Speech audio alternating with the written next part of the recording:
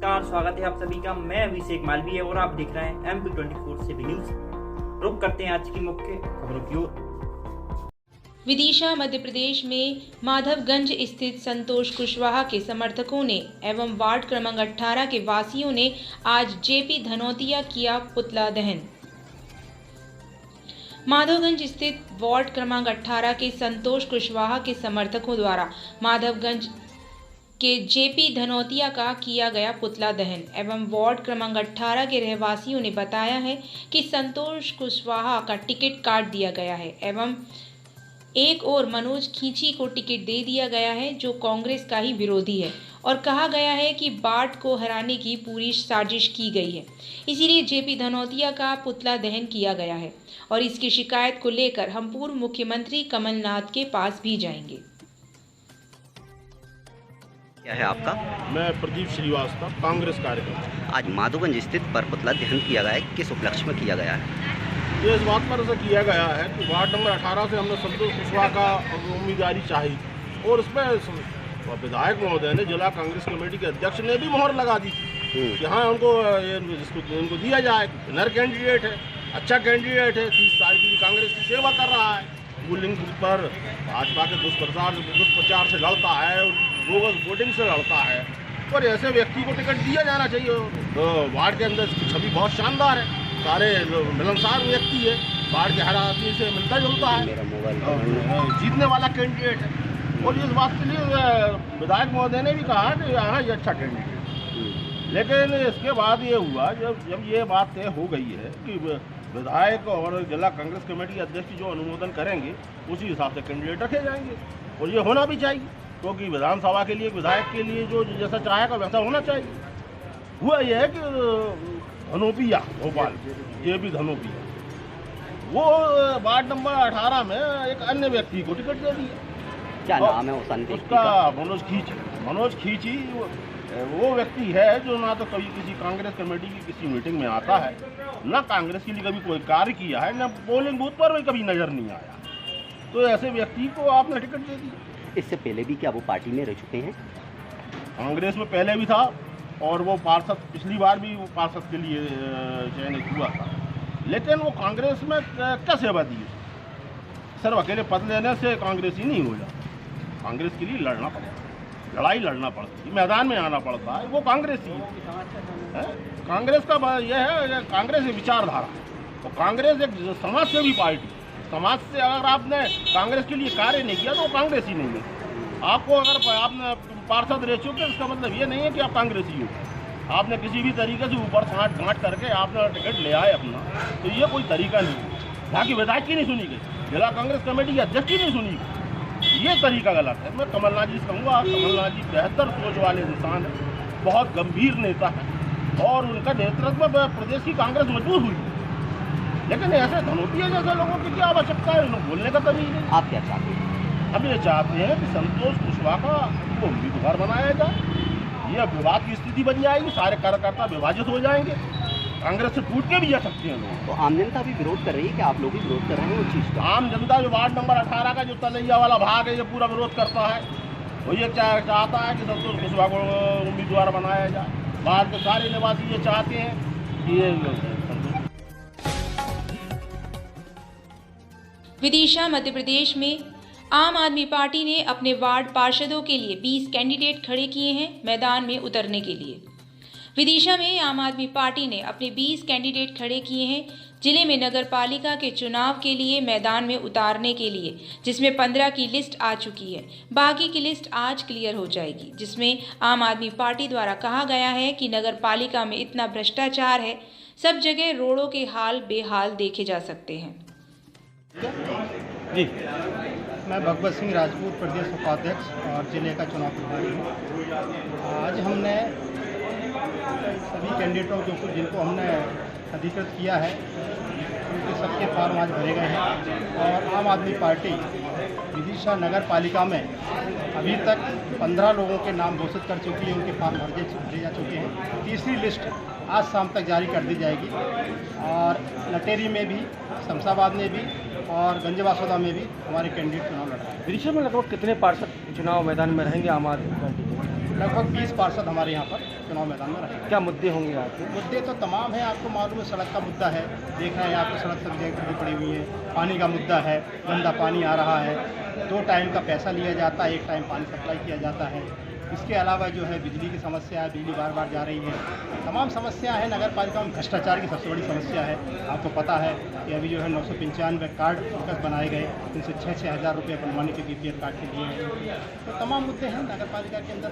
और सबसे बड़ी बात जो हम वायदा कर रहे हैं, वायदा नहीं, हमारी पार्टी गारंटी देती है, वो ये कि यदि हम सत्ता में आए, नगर पालिका में यदि हमारी सरकार बनती है, हमारा अध्यक्ष बनता है, तो हम यहाँ पर कमर्शियल टैक्स जो है वो हाफ कर देंगे और जो हमारा हाउस टैक्स है वो पूरा माफ़ कर देंगे। और पानी का कोई पैसा नहीं लिया जाएगा, पानी फ्री में दिया जाएगा। 20 पार्षद आपके उतरे हैं मैदान में, सरकार बनाने का दावा कर रहे हैं, आप कैसे हो सकते हैं? 20 से जीतेंगे तो सरकार बन जाएगी। 20 चाहिए सरकार बनाने के लिए, 39 में से 20 चाहिए। 39 में से 20 कैंडिडेट आप टिकट दे रहा है, ये कर रहा है, तो मुझे कितने कैंडिडेट निकलने की आशा है? हम तो पूरे आशा में लेकर चल रहे हैं, इसीलिए हमने 20 करा रहे हैं।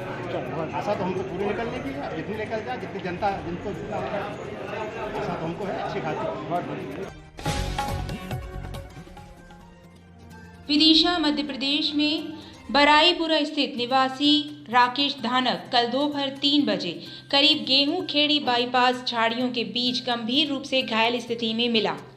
बर्राईपुरा निवासी राकेश धानक कल दोपहर 3 बजे गेहूंखेड़ी बाईपास पर गंभीर रूप से घायल स्थिति में झाड़ियों में फंसा हुआ मिला। राकेश धानक के परिजनों को मालूम चला और उन्होंने 100 डायल करके जिला मेडिकल कॉलेज लाए, जिसमें रात को उसकी मृत्यु हो गई। मीडिया ने राकेश धानक के भाई से बात की तो उसने बताया है कि कल सुबह 10 बजे अर्चना मालवीय अपनी स्कूटी पर बिठाकर गल्ला मंडी गेट से ले गई थी।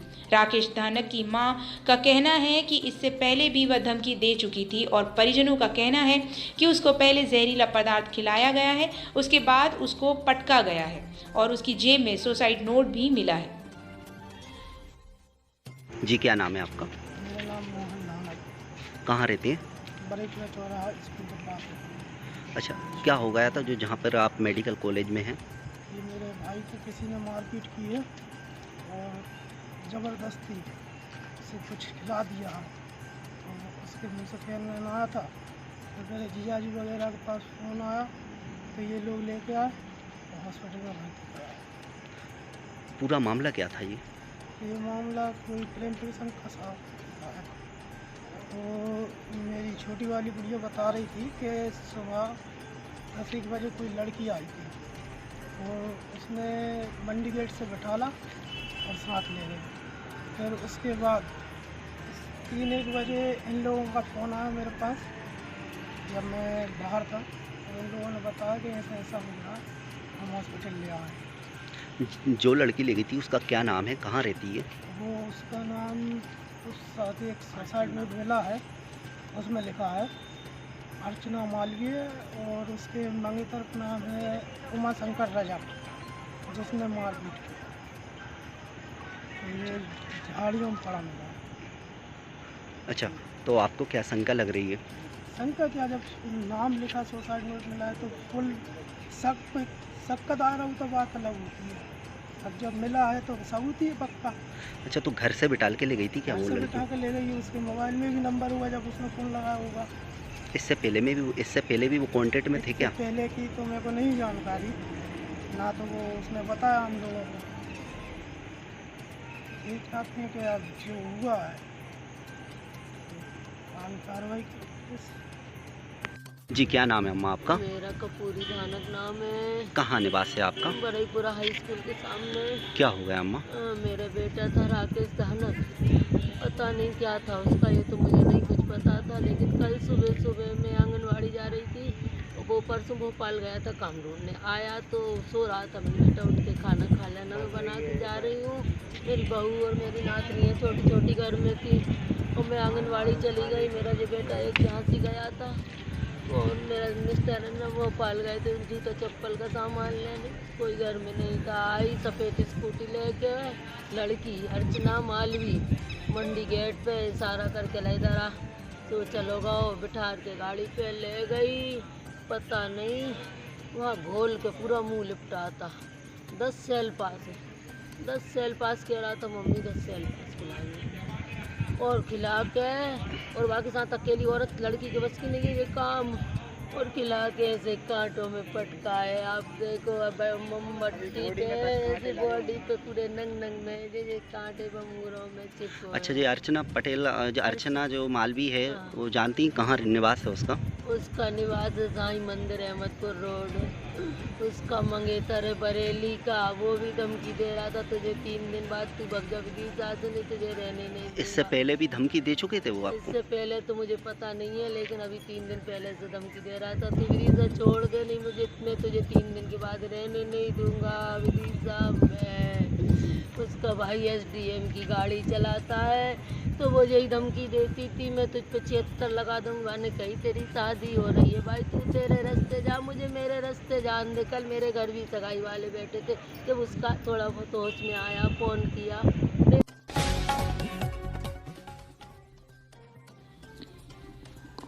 विदिशा मध्य प्रदेश में छत्रपाल शर्मा एवं उनकी पत्नी रागिनी शर्मा ने आज माधवगंज स्थित कांच मंदिर पर शीश झुकाकर भोपाल के लिए रवाना हुए।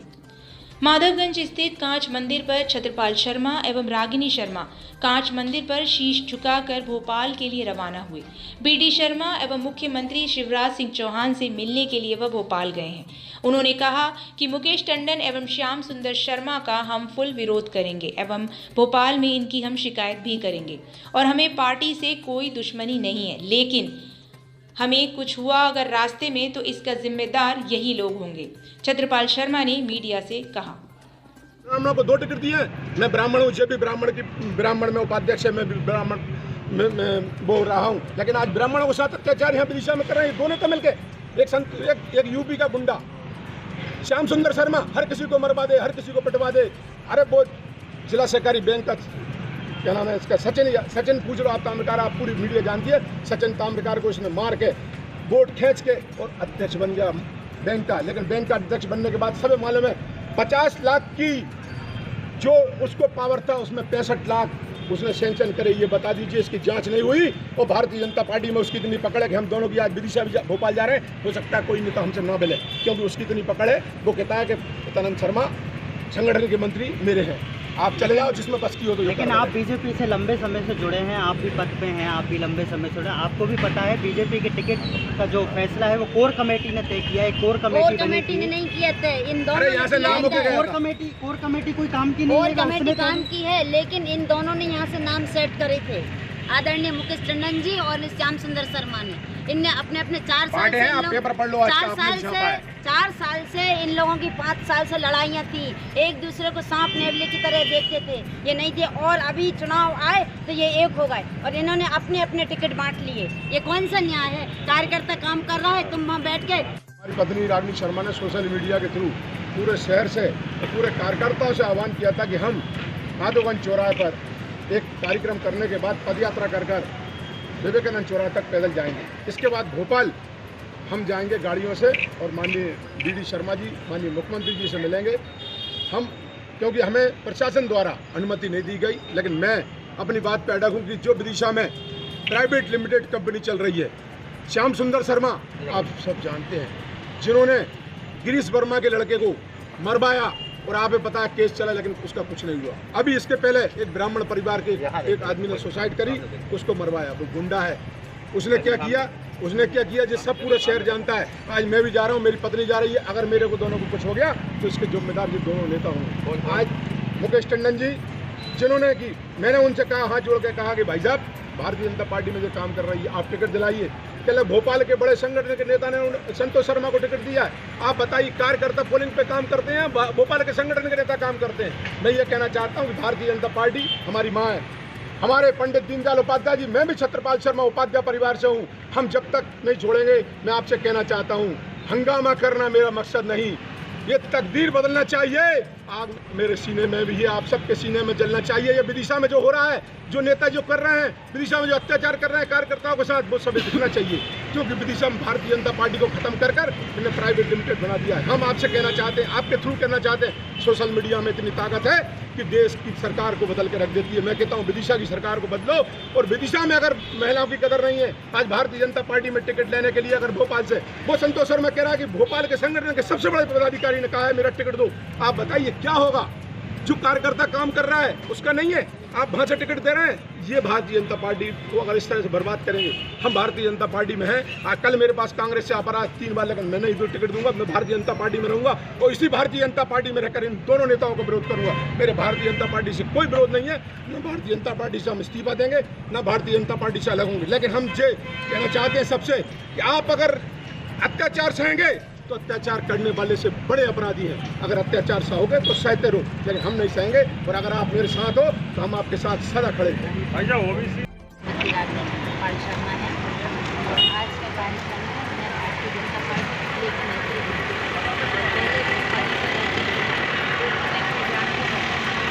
इसके बाद जनपद सदस्य रहे और 3 बार मैं भारतीय जनता पार्टी से समय जिला में। आज मेरे साथ जो धोखा हुआ है मैं उसके लिए भोपाल जा रही हूँ, क्योंकि यहाँ तो कोई सुनता नहीं है। हमारे साथ मेरे प्रभारी बने थे श्याम सुंदर शर्मा मेरे चुनाव के समय जनपद में, तब भी उन्होंने मेरे साथ धोखा किया था। मेरे 4 वोट खरीद कर उन्होंने राकेश कटारी को दे दिए थे, और राकेश कटारी कांग्रेस के थे, उनको दे दिए थे। और मेरी तब भी कोई सुनवाई नहीं थी। मैंने उसकी बात मैंने अरविंद मेनन के पास तक रखी, ऊपर तक मैंने इसकी जांच करवाई थी, लेकिन तब भी कोई सुनवाई नहीं हुई।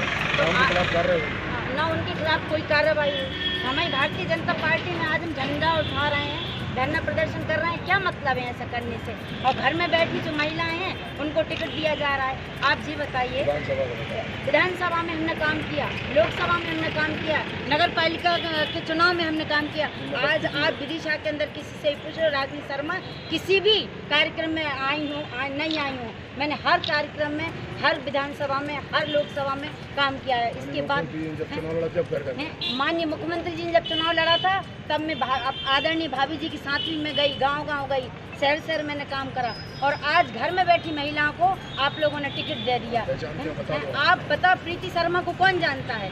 आज राकेश शर्मा ने विधानसभा में सपाक्ष से लड़कर कितना विरोध किया था पार्टी का, और उसी पार्टी ने उनको टिकट दे दिया है। ये कौन सा न्याय है? आप बताइए। क्या तैयारी है आज आपको? आगे ये तैयारी हमने आज यहाँ पर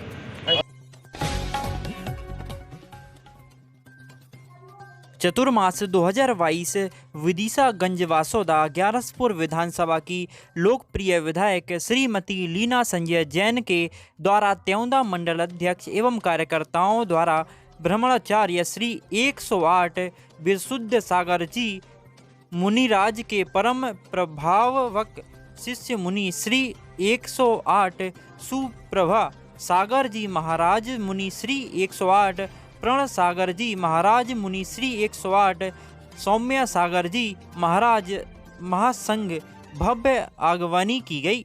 ग्यारसपुर से रितेंद्र अहरवार की रिपोर्ट।